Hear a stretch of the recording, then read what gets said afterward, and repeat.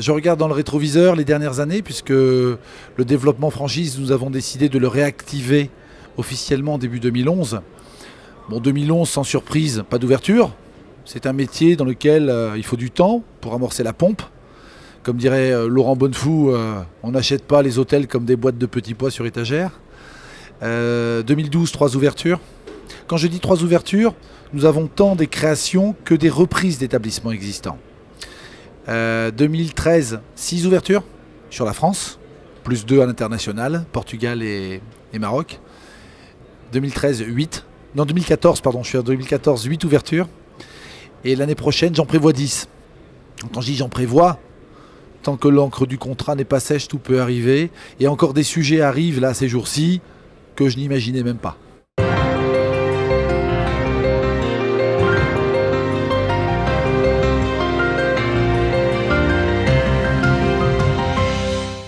Oui, mais maîtrisé.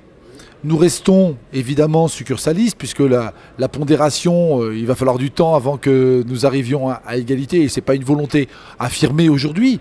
Nous avons un peu plus de 200 hôtels en propre, 25 hôtels en franchise aujourd'hui sur le périmètre France, mais une vraie montée en puissance et on le voit particulièrement là sur un salon comme Équipe Hôtel où nous sommes, allez, je ne vais pas fanfaronner en disant assaillis de demandes, mais sur les 4 jours pour l'instant, il reste encore demain jeudi, sur 4 jours, nous avons plus de 80 contacts qualifiés avec des vrais sujets à la clé.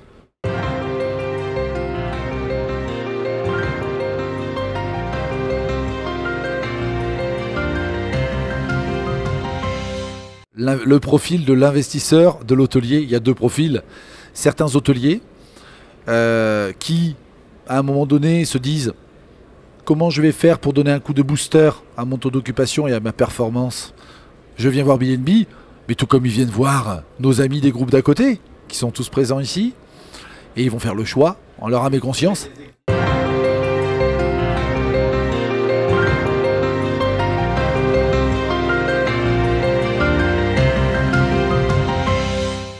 Oui, absolument, parce que demain, quand on va annoncer « Bonjour, voilà, nouvel hôtel BNB dans telle ville », le client, il ne faut pas qu'il ait besoin d'une greffe de cerveau pour savoir que c'est un BNB.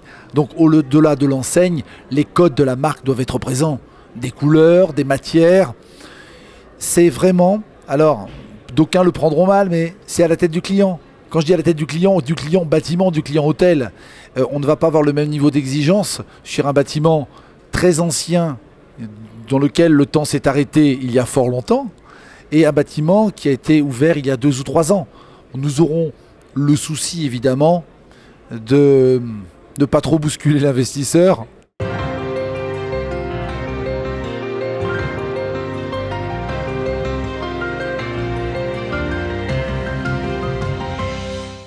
La souplesse autorisée, c'est de se dire demain, le client dans cet hôtel-là, qu'est-ce qu'il faut pour qu'il soit bien, pour qu'il vive une bonne expérience, une expérience qui lui fera dire « je suis vraiment dans un BNB ». Je ne suis pas certain que le client bloquera ou sera fan de telle ou telle couleur de tête de lit. Mais l'état, oui, l'éclairage est important. Le débit du Wi-Fi fibre 100 mégas, c'est essentiel.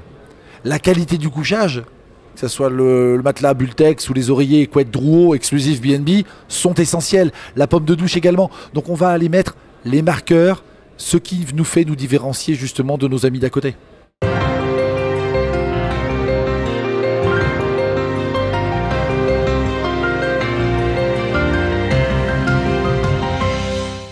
Eh ben non, parce que un hôtel neuf, eh bien évidemment c'est sympa, mais un hôtel neuf, c'est 3 ans entre le premier contact et l'ouverture. Et un hôtel neuf, ça veut dire que nous venons rajouter un convive autour du gâteau.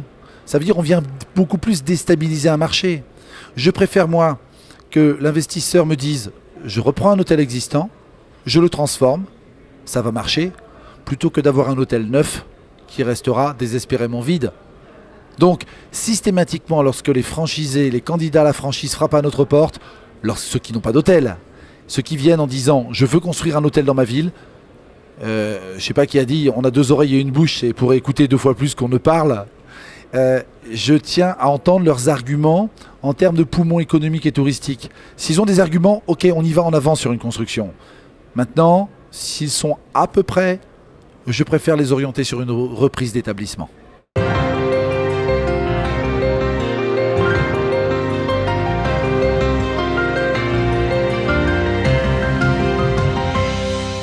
Alors il y a de lecture évidemment des statistiques comme dans tous les groupes. Si on regarde l'ensemble du groupe, on va dire « Ah dis donc, on a perdu un petit peu ».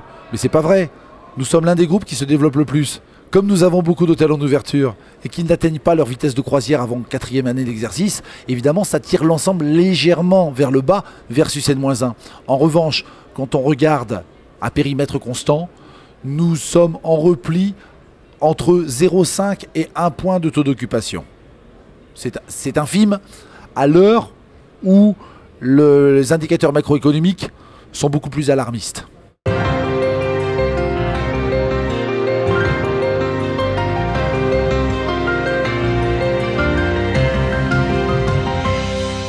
Il y a deux façons de développement chez BNB. Il y a évidemment la filiale, en mode succursaliste, sur des projets 80 jusqu'à 400 chambres comme l'année prochaine, puisque nous ouvrons Disney.